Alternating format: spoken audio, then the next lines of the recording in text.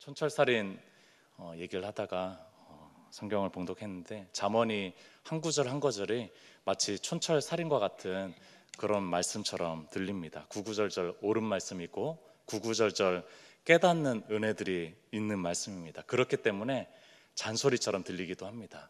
잔소리는 늘 옳은 말이죠. 옳은 말인데 또 너무 많이 하다 보면은 잘 들리지가 않고 익숙하기 때문에 우리가 깨닫지 못하는 것이 잔소리입니다. 10절에 보니까 이런 얘기가 나옵니다. 한마디 말로 총명한 자에게 충고하는 것이 매 100대로 미련한 자를 때리는 것보다 더욱 깊이 박히느니라. 미련한 자들은 잔소리를 아무리 많이 해도 매를 그렇게 많이 때려도 잘 들리지 않는 거죠. 여러분들 촌철살인도 그런 메시지도 들리는 자에게 촌철살인이지 들리지 않는 자에게는 밋밋한 그냥 일상의 언어일 뿐입니다. 하나님 말씀이 되지 않는다라는 거죠. 이사야 40장 4절에 이런 얘기, 50장 4절에 이런 얘기가 있습니다. 주 여호와께서 학자의 혀를 내게 주사 나로 곰핍한 자를 말로 어떻게 도와줄 줄을 알게 하시고, 학자의 혀를 달라라고 얘기합니다. 여러분들이 총명한 이 학자의 혀를 어떻게 얻을 수 있는가, 그 뒷부분에 나오는데요. 4절 5절 아침마다 깨우치시되 나의 귀를 깨우치사 학자같이 알아듣게 하시도다. 주 여호와께서 나의 귀를 열으셨으므로. 그러니까 아침마다 깨우쳐주는 그런 은혜가 있어야지 학자의 혀가 될 수 있다는 거죠. 학자의 귀가 있어야지, 들을 귀가 있어야지 학자의 입술을 가질 수 있다라고 얘기하고 있는 것입니다. 잘 듣는 것이 잘 말할 수 있는 비법이라는 것입니다. 그렇기 때문에 오늘도 우리가 잘 들을 수 있는 그런 묵상의 은혜, 깨달음의 은혜가 있었으면 좋겠습니다. 여러분들, 지혜는 돈으로 살 수가 없습니다. 16절에 보니까요, 미련한 자는 무지하거늘 손에 값을 가지고 지혜를 사려 함은 어찌민고. 지혜 하나면은 해결이 될 것을 가지고 뭔가를 다른 것으로 사서 해결하려고 합니다. 그러나 이 지혜는 듣는 데서 나오는 거죠. 지혜는 학자처럼 잘 듣는 데서 나온다는 것입니다. 이 총명함은 잘 듣는 데서 나온다는 것입니다. 만약 지혜가 없다면은, 깨달음이 없다면은, 잘 느껴지지 않는다면은 차라리 입을 닫고 있는 것이 좋다라고 28절에 나옵니다. 28절을 보겠습니다. 미련한 자라도 잠잠하면 지혜로운 자로 여겨지고 그의 입술을 닫으면 슬기로운 자로 여겨지느니라. 여러분들, 우리가 무지하잖아요.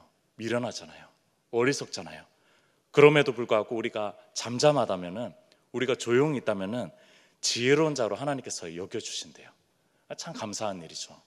여러분들, 우리가 죄인임에도 불구하고 하나님의 그 복음의 독생자 아들의 놀라운 은혜 속에서 의인으로서 우리가 간주되고 여겨지는 것처럼, 우리가 무지하고 지혜 없음에도 불구하고 하나님께서 지혜 있다, 지혜로웠구나, 슬기로운 자다라고 여겨주신대요. 그것은 우리가 조용히 주님을 바라볼 때, 묵상하고 있을 때, 주님의 깨우침이 있을 때까지 잠잠히 기다릴 때, 그때는 지혜로운 자다라고 얘기한다는 거예요. 그러니까 이런 겁니다. 두 가지 중에 하나죠. 촌철살인으로 말씀을 우리가 듣던지 아니면 입을 막던지.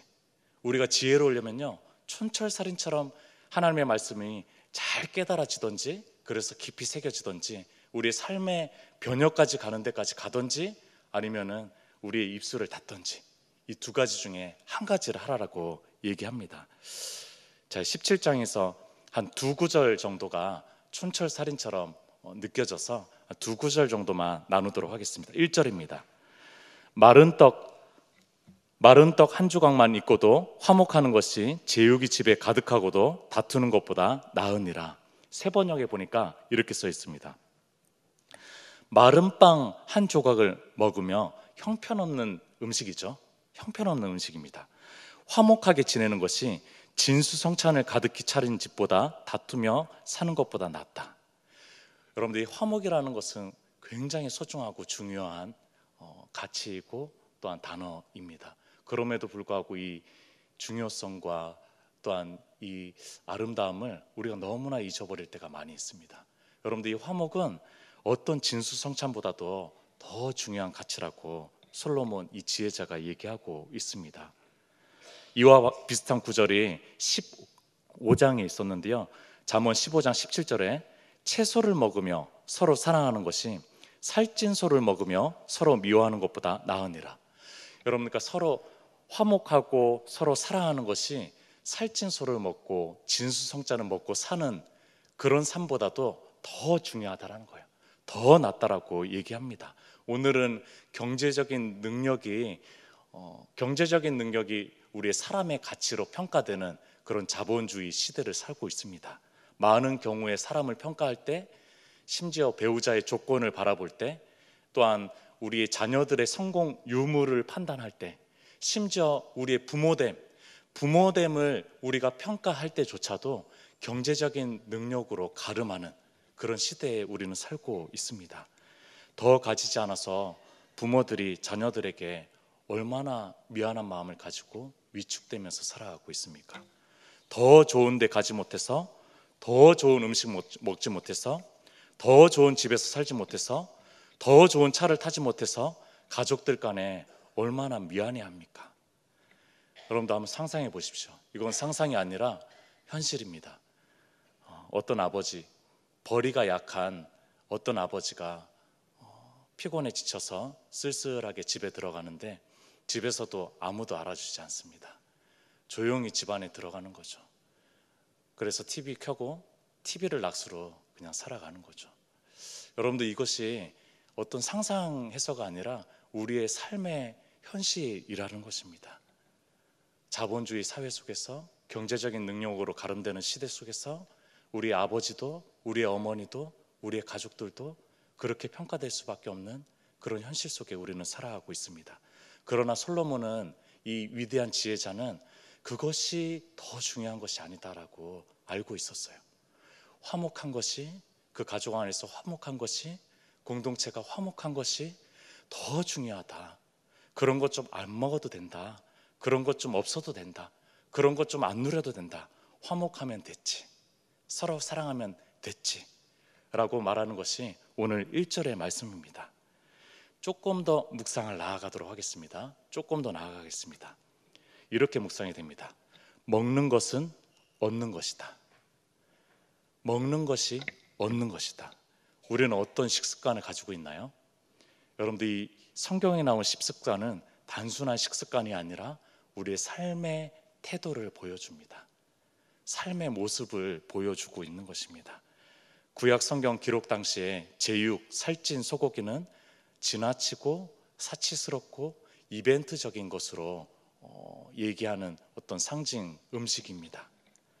더 나아가서 나누지 않고 주위를 돌아보지 않은 삶을 얘기해주는 아무와 같은 그런 단어들이 살찐 소고기와 같은 것입니다. 이것은 그냥 음식이 아닙니다. 우리가 어떻게 먹느냐는 우리가 어떻게 사는지와 굉장하게 긴밀하게 관련이 있다는 것입니다. 여러분들, 이사야 11장에 종말론적인 하나님 나라가 환상처럼 이사야에게 보이기 시작합니다. 동물들 얘기가 나오고 또한 그것에 함께하는 이야기가 나옵니다. 4절에서 6절에서 7절까지 한번 들어보십시오. 자, 함께를 잘 들으시면서 들어보십시오. 그때에 이리가 어린 양과 함께 살며 표범이 어린 염소와 함께 누우며 송아지와 어린 사자와 살찐 짐승이 함께 있어 어린아이에게 끌리며 암소와 곰이 함께 먹으며 그것들의 새끼가 함께 엎드리며 그 다음에 사자가 소처럼 풀을 먹을 것이며. 여러분들, 함께 할 수 있는 함께 할 수 없는 종족이 함께 눕고 함께 살며 함께 있고 함께 먹으며 함께 엎드리고 있습니다. 그런데 그것의 핵심은 사자가 소처럼 풀을 먹는 데 있습니다. 사자가 소처럼 풀을 먹을 때 함께 눕고 함께 지내며 또한 함께 살 수 있다는 거죠. 하나님 나라는 먹히기 쉬운 약한 자의 식습관이 바뀌는 나라가 아니라 먹고 살았던 강한 자의 식습관이 바뀌는 나라입니다. 그런 환상을 이사야에게 보여주고 있어요. 교회는 하나님 나라의 가시적이고 눈에 보이고 선치적이고 먼저 그것을 보여주는 거죠.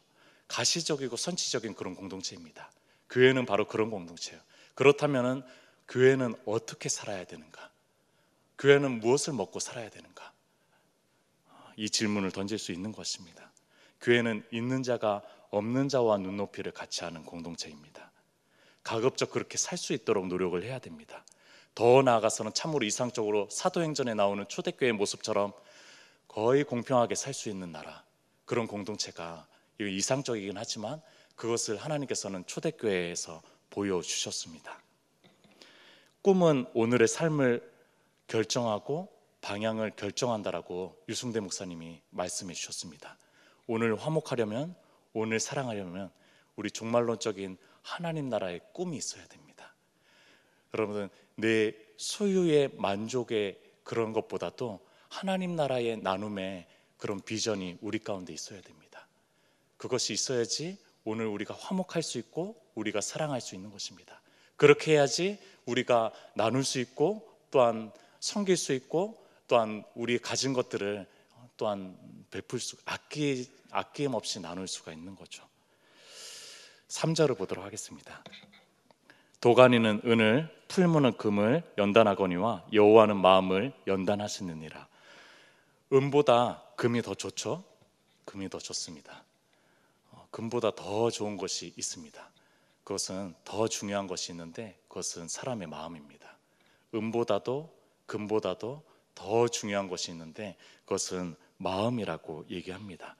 인류 타락 이후에 육체적인 고통을 갖게 됐고 또한 죽음이 발생했지만 가장 큰 손실 하나는요, 바로 마음의 손실입니다. 마음의 부패성입니다. 마음이 부패한 것이 가장 슬픈 일입니다. 마음이 불완전한 것이 우리의 마음을 가장 힘들게 하고 어렵게 하고 그렇다라는 거죠. 예수 그리스도의 복음을 만나고 거듭납니다. 그럼에도 불구하고 마음의 부패성은 여전히 한 자락이 남아 있습니다. 거듭난 사람에게도 완전한 마음의 상태는 아니라는 것입니다. 부패한 경향성이 있습니다. 죄랑 친하고 싶은 그런 마음들이, 그런 부패성들이 우리 가운데 있습니다. 그래서 바울이 이렇게 로마서의 7장에 이렇게 얘기하지 않습니까? 선을 행하기 원하는 나에게 악이 함께 있다, 악이 동시에 있다 라고 얘기하지 않습니까? 마음을 지키는 것이 참으로 어렵습니다. 잠언 4장 23절에 무릇 지킬 만한 것보다 더욱 내 마음을 지켜라. 왜냐하면 생명의 근원이 여기에 있기 때문에 그렇습니다. 마음은요, 성이라고 했을 때, 우리의 몸이 성이라고 했을 때 마음은 성문과 같습니다. 여러분들, 군인들이 성을 파수하기 위해서 가장 집중적으로 파수하는 곳이 바로 성문입니다. 성문은 지켜야 됩니다. 성문을 못 지키면은 우리의 자녀들과 우리의 가족들이 생명 위급할 수가 있는 거예요. 위기가 찾아올 수가 있는 것입니다. 목숨을 걸고서라도 성문을 지켜야 됩니다. 우리는 목숨을 지켜서라도 지켜야 될 것은 은금이 아니라 마음이라고 오늘 얘기하고 있습니다. 하나님 은혜도 마음을 통해서 옵니다. 그러나 악도 죄도 마음을 통해서 옵니다. 신앙도 마음을 통해서 오지만 유혹도 마음을 통해서 옵니다. 마음을 잘 지키기 위해서 마음을 잘 연단해야 됩니다. 그런데 이 마음을 연단할 수 있는 분이 오직 하나님이라고 오늘 말씀하고 있습니다. 여호와는 마음을 연단하시느니라. 어떤 뜨거운 불 도가니도 여러분들 우리의 마음을 온전하게 연단하지 못합니다. 적합하지 않습니다. 오직 하나님만이 우리의 마음을 연단하실 수 있습니다. 왜냐하면요, 마음의 설계와 창조를 하신 분이 바로 여호와 하나님이시기 때문에 그렇습니다. 왜냐하면요, 하나님은 다른 장소보다도 사람의 마음에 거하시고 역사하시기 원하시기 때문입니다. 왜냐하면요, 마음이야말로 하나님이 토기장이로 빚으시고 사용하시는 가장 궁극적인 장소, 도구이기 때문에 그렇습니다. 여러분, 삶의 희로애락이 우리 가운데 있죠. 그런 것들이 마음을 훈련하고 연단하기도 합니다. 그럼에도 불구하고 그것이 온전한 연단은 아닙니다. 여러분들, 고난의 풀무를 지난다고 해서 마음이 바르게 연단되는 것이 아닙니다. 고난 속에 있어서 더 악해지는 경우도 있습니다. 안 좋은 상황에 살고 있기 때문에 더 악해지는 경우도 있습니다. 더 죄인으로 살아가는 경우도 있습니다. 그런 경우를 우리가 많이 보죠. 특별히 어린 시절에 안 좋은 환경에서 살았던 우리 사람들을 바라볼 때 그런 모습을 많이 바라보게 됩니다. 그렇기 때문에 욥이 이렇게 고백합니다. 그러나 내가 가는 길을 그가 아시나니 그가 나를 단련하신 후에는 내가 순금같이 되어 나오리라. 여러분들, 그분이 단련하셔야 됩니다. 그분이 우리의 마음을 단련하셔야 돼요. 고난 자체가 우리를 단련하는 것이 아닙니다. 그분이 고난을 통해서 단련하셔야 됩니다. 왜냐하면 그분께서 우리의 가는 길을 잘 알고 계시기 때문에 그렇습니다. 우리가 걸어가야 될 길을 잘 알고 계시기 때문에 그렇습니다. 그렇게 그분 앞에서 우리가 마음을 연단할 수 있었으면 좋겠습니다. 여러분들, 다윗이 간음 사건, 밧세바 간음 사건 이후에 처절하게 고백하는 죄의 고백이 나오는 그런 시편이 51편입니다. 시편 51편. 거기에 세 가지 마음을 주님 앞에 구합니다. 세 가지 마음. 정한 마음과 견고한 마음이죠. 두 번째는 정직한 영, 정직한 마음이죠. 세 번째는 자원하는 심령, 자발적으로 기쁘게 하고 싶은 거죠. 이 세 가지를 하나님 앞에 구합니다. 지금은 통회하는 마음이지만, 지금은 상한 마음이지만, 지금은 찢겨진 마음이지만, 그러나 주님, 내게 새로운 마음 허락하신다면은, 내 마음 갱신하게 한다면은 나에게 정한 마음 주세요. 나에게 정직한 마음 주세요. 나에게 자원하는 마음 주세요. 라고 하나님 앞에 구합니다. 여러분들, 우리가 하나님 앞에서 연단되어서 이 마음이 갖춰질 수 있으면 좋겠습니다. 삶의 고난과 어려움과 실패와 또한 역경과 질병과 또한 사별의 아픔과 여러 가지 아픔들이 우리의 마음을 연단하는데, 저를 가장 크게 연단하는 그런 도구는 관계더라고요. 보니까 관계성이 약한 사람이라서 그런가 봐요. 우리의 약한 부분을 하나님께서는 연단하십니다. 그것을 통해서 연단하십니다. 특별히 저의 관계를 통해서 하나님께서 연단하신 것 같습니다. 불신자 친아버지와의 관계 속에서, 또한 부부의 관계 속에서, 또한 딸들과의 부모의 관계 속에서, 또한 여러 성도들과의 관계 속에서, 그런 여러 가지 관계 속에서 하나님께서 저의 마음을 연단하시고 또 연단하시고 그곳에 상한 마음도 생기죠. 연약한 마음도 생기죠. 낙심된 마음도 생기죠. 그러나 그것을 한결같이 주님 앞에 또 가지고 가면은 그것은 연단이 되더라고요. 보니까 마음의 연단이 되더라고요. 제 마음이 정한 마음이 아주 조금씩 정한 마음이 되는 그런 연단이 되고, 조금 더 정직하게 나아가야 되겠구나, 관계 속에서도 정직하게 나아가야 되겠구나, 그런 연단이 되더라고요. 그리고 조금 더 아름답고 자발적으로 자원하는 마음으로 섬기고 하나님을 섬겨야 되겠다라는 연단의 마음이 되더라고요. 우리의 가장 연약한 부분들을 통해서 하나님께서는 연단하실 터인데, 그 연단 속에서 우리의 마음이 이런 아름다운 마음으로 바뀌어지고 훈련되고 또한 새 창조가 일어날 수 있었으면 참으로 좋겠습니다. 우리 같이 기도하도록 하겠습니다. 우리 함께 통성으로 기도했으면 좋겠습니다. 성령님께서 함께 하셔서 말씀을 깊이 새기고 또한 그 하늘의 지혜를 가지고 살아갈 수 있는 오늘 하루가 될 수 있도록 우리 함께 기도했으면 좋겠습니다. 또한 우리의 삶이 너무 세상적인 가치에 매여 있지 않도록 우리가 기도했으면 좋겠습니다. 주님의 뜻, 주님의 가치, 하나님 나라의 꿈을 꾸고 우리가 살아갈 수 있도록 우리가 같이 기도했으면 좋겠습니다. 또한 마음을 연단하시는 토기장이 주님 손에 우리의 마음이 매여 있었으면 좋겠습니다. 우리의 마음이 있었으면 좋겠습니다. 그런 마음이 될 수 있도록, 훈련되는 마음이 될 수 있도록, 연단하는 마음이 될 수 있도록 우리 같이 기도하시고, 또한 내일 주일 예배를 위해서 기도해 주시고, 또 말씀을 전하시는 담임 목사님과 또한 모든 부서와 기관들, 사역들과 예배와 또한 말씀을 위해서, 또한 세워진 부교육자들을 위해서도 기도해 주셨으면 좋겠습니다. 또한 자유롭게 기도하도록 하겠습니다. 우리 통성으로 주여 한번 외치고 기도하도록 하겠습니다.